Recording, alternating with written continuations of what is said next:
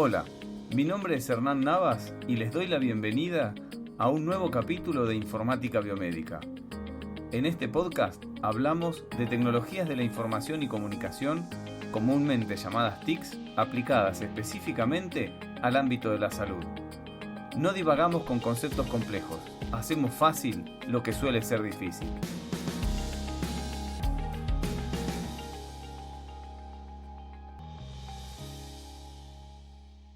Esta semana vamos a hablar de la ética en las redes sociales. Vamos a hablar del uso de las redes sociales como profesionales de la salud o futuros profesionales de la salud. Está claro que el médico está comprometido con la confidencialidad de los datos del paciente y que tiene el deber de confidencialidad porque las leyes lo dicen, pero el estudiante de medicina también. El estudiante de medicina está en contacto directo con la información de los pacientes, trabaja de alguna manera con la información de los pacientes y tiene que ser responsable en el uso de esa información. Entonces, como futuros médicos, los estudiantes de medicina deben basar su comportamiento en tres pilares fundamentales: la confidencialidad, el trato digno y el respeto. Entonces vamos a hablar sobre la publicación de la información de pacientes en nuestras redes sociales. ¿Conviene que publiquemos información de pacientes? ¿No conviene? ¿Cuándo conviene hacerlo y cuándo conviene no hacerlo? ¿Son útiles las redes sociales para compartir información? Seguramente que sí. ¿Quién diría que no es útil un WhatsApp cuando está de guardia y tiene alguna duda y tiene algún amigo al que pueda consultar? Son muy importantes las redes sociales, han generado un cambio muy grande en nuestra conducta y hoy nos permiten conseguir una segunda opinión u obtener un consejo o la ayuda de un colega de una manera rápida y práctica. Pero tenemos que tener cuidado en cómo manejamos la información dentro de las redes sociales. Empecemos a hablar sobre la ética. ¿Qué es la ética? Habitualmente ética y moral se las definen o se las trata de la misma manera y para nosotros, o en realidad si uno se pone a estudiar los términos, son similares pero no significan lo mismo. No vamos a entrar en una discusión filosófica sobre el tema, no es nuestra intención ni tampoco es nuestra capacidad, pero entonces lo que vamos a hacer es definir para nosotros qué significa la ética. Entonces para nosotros, habiendo hecho la recopilación que hicimos de información, definimos a la ética como una forma apropiada de conducta. Entonces ahora, por ejemplo, tomando un tema que está muy candente en este momento, que es el tema del coronavirus, yo les diría, por ejemplo, les haría una pregunta y les diría, ¿fue ética? No sé si se enteraron, pero hubo un caso de una empresaria uruguaya que había viajado a Europa, volvió a su país de origen, volvió a Uruguay y participó de una fiesta donde hubo más de 500 personas. Si bien en ese momento en el país, en Uruguay, no había ninguna restricción al contacto entre las personas, sí había muchas restricciones a nivel mundial en diferentes países, por ejemplo en Argentina. Entonces, nos preguntamos, ¿fue ético el comportamiento de la empresaria uruguaya? Si bien no había una normativa que dijera que debía mantenerse aislada o que era imprescindible que se mantuviera aislada, ¿su forma de actuar fue ético? Entonces, lo que ahora nos preguntamos es, ¿existe alguna normativa que esté relacionada con la ética? Bueno, sí, en realidad existen varias. Si nosotros por ética entendemos a la confidencialidad, que es un poco el tema central de este podcast, si pensamos en la confidencialidad, sí. Nosotros tenemos en nuestro país, en Argentina, desde la Constitución Nacional, voy a ir desde lo general a lo particular, la Constitución habla en un artículo de que nadie puede ser obligado a hacer algo que la ley no manda. ¿Sí? Esto que quede claro, digo, es un concepto inicial, pero es importante. Nadie está obligado a hacer algo que la ley no manda. Por otra parte, el Código Penal en un artículo define muy claramente que revelar un secreto conocido por nuestra profesión que pueda causar daño es un delito. Entonces la pregunta es, ¿publicar información de un paciente en Facebook o en Twitter podría llegar a ser un delito? En nuestro país también tenemos la ley de ejercicio de la profesión de la medicina, que es la 17.132, que también toca el tema de la confidencialidad. También tenemos la ley de habeas data, que la ley de habeas data lo que busca es definir cuáles son los datos personales y cuáles son los datos sensibles, porque los datos sensibles requieren un tratamiento diferencial, y datos sensibles son todos aquellos datos que puedan revelar el origen racial, étnico, opinión política de una persona, y esto también incluye a los datos de salud. Entonces, todos los datos con los que se trabaja en una institución de salud son considerados datos sensibles, y la ley a su vez lo que dice es que todas las personas que trabajen con esa información, que estén en contacto con esa información, registrando la información, analizando la información o lo que sea, pero que participen de ese proceso, deben guardar secreto. Y por supuesto que la ley de derechos del paciente, que es la ley 26.529, sí habla de un montón de cuestiones relacionadas con los temas de esta semana, que tienen que ver con el trato digno y respetuoso, la intimidad, y también, por supuesto, hace mención a la confidencialidad. También es la primera ley que habla de lo que es la historia clínica electrónica, pero ese será tema de otro podcast. A su vez, como estudiantes de medicina y futuros médicos, tienen que saber que hay otras normativas que también los aplican, que tienen que ver, por ejemplo, con el juramento hipocrático, que es ese juramento que hacemos todos los médicos cuando nos recibimos, que habla, entre otras cosas, de ejercer nuestro arte con conciencia y dignidad, y de respetar el secreto de quien nos haya confiado su cuidado, ¿sí? Algo bastante importante. A su vez, en la Argentina existe el Código de Ética de la Asociación Médica Argentina, que también va a hablar de lo que es la confidencialidad, el secreto médico, y en la última versión también habla no solo de los medios clásicos de publicación y promoción de información, sino también de los medios electrónicos.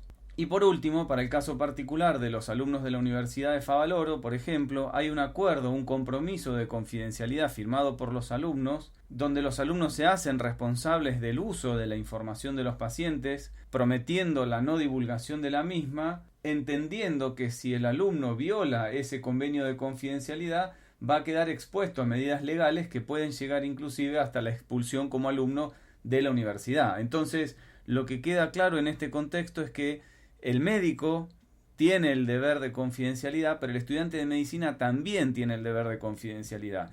Y que si bien las leyes no hablan específicamente de los medios electrónicos de comunicación, está claro que también los involucra.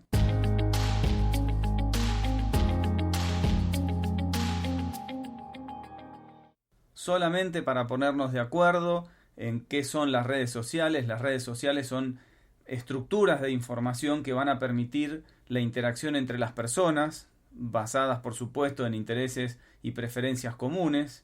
Un tema muy importante es que van a facilitar el intercambio de información, sean fotos, sean videos, sean textos, lo que sea, entre estas personas, pero también van a permitir conocer gente nueva, lo que va a facilitar que uno pueda ampliar su red de contactos.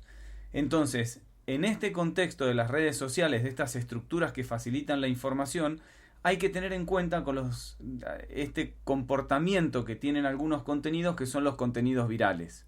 Los contenidos virales en general son creados por usuarios comunes que no tenían intención de que su contenido se viralizara, pero por la estructura, digamos, por lo que es el contenido de ese mensaje, se viraliza. Y esa viralización significa una expansión muy rápida de ese contenido, una multiplicación muy rápida de ese contenido en las redes sociales, haciendo que sea prácticamente imposible que nosotros podamos tener control sobre la información que publicamos. Es decir, que una vez que ese mensaje está subido a una red social, difícilmente nosotros podamos hacer de cuenta de que ese mensaje nunca estuvo ahí. El mensaje estuvo, está, y probablemente si por algún motivo se transforma en viral, difícilmente podamos hacerlo desaparecer. ¿Cómo deberíamos comportarnos en las redes sociales? Bueno, ya hablamos de la ética al principio y la recomendación sería ser personas de bien tanto fuera como dentro de la red de redes, ¿no? de Internet. Tenemos unas reglas básicas que nos aplican a todos, que fueron publicadas hace unos años atrás, en el año 94, que se llaman reglas de etiqueta o netiquette, que buscan de alguna manera moderar un poco nuestro comportamiento en las redes sociales, entender que la comunicación más allá de ese texto que queda escrito o de esa foto publicada, hay que entender que de un lado y del otro de la comunicación hay personas. Si uno escribe en mayúscula, eso significaría que está gritando, respetar la privacidad de los otros, no hacer abuso de poder, bueno, en fin, una serie de recomendaciones a nivel bastante genérico, pero que hacen a las buenas costumbres en estas comunicaciones, que inclusive pensando en las redes sociales, digo, WhatsApp también cae dentro de la categoría de una red social. Si después pensamos particularmente en el caso de los médicos o los estudiantes de medicina, la Organización Médica Colegial de España publicó en el 2014 un manual de estilo para médicos y estudiantes de medicina sobre el buen uso de las redes sociales. Porque digo, estamos viviendo una época de grandes cambios donde estamos perdiendo de alguna manera la privacidad, donde todo empieza a ser compartido, donde realmente tenemos una falsa sensación de privacidad cuando nos comunicamos a través de estas redes sociales porque creemos que nadie está viendo o escuchando nuestro mensaje cuando en realidad no sabemos qué es lo que está pasando del otro lado. Entonces, en este contexto es que esta Organización Médica Colegial de España publica una serie de recomendaciones ya un poco más específicas y orientadas directamente a la medicina, al uso de las redes sociales por parte de los médicos y de los estudiantes de medicina. Y lo que brinda son 7 consejos. Estos consejos se los voy a leer directamente, son 7, son pocos y son cortitos. 1 sería respetar la confidencialidad del secreto médico. 2, evitar el consejo médico directo a pacientes virtuales. 3, mantener una imagen virtual profesional adecuada. 4, evitar que el uso de dispositivos tecnológicos desvíen nuestra atención durante la consulta. Este tema, este punto particularmente, lo vamos a conversar más adelante porque es un tema realmente muy importante al que le queremos dedicar un podcast entero. 5, mantener una actitud responsable sobre la información que nosotros publicamos en las redes sociales. 6, mantener el respeto en la interacción con nuestros compañeros, ¿sí?, en todos los comentarios que hacemos. Y el 7 habla de hacer un buen uso de la publicidad y del branding médico, o sea, de nuestra marca como médicos. Cuando uno habla de marca como médico me refiero a transformarse en el Nike de los médicos, en el Favaloro de los médicos, cuando uno ya tiene un nombre, que el nombre implica muchas cosas. Entonces, en Argentina hay varios casos de médicos que aparecen en los medios dando información. Bueno, la idea de este punto es que hagamos un buen uso de ese nombre que tenemos y por el cual podemos estar en los medios comunicando información.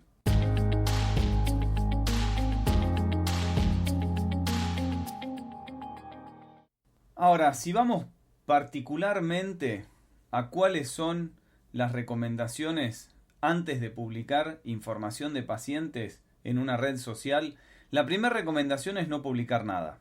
Y eso les tiene que quedar claro. Pero si quisieran o necesitaran o les pareciera que es pertinente publicar información de algún paciente en una red social, lo primero que tienen que hacer es contar con la autorización expresa del paciente.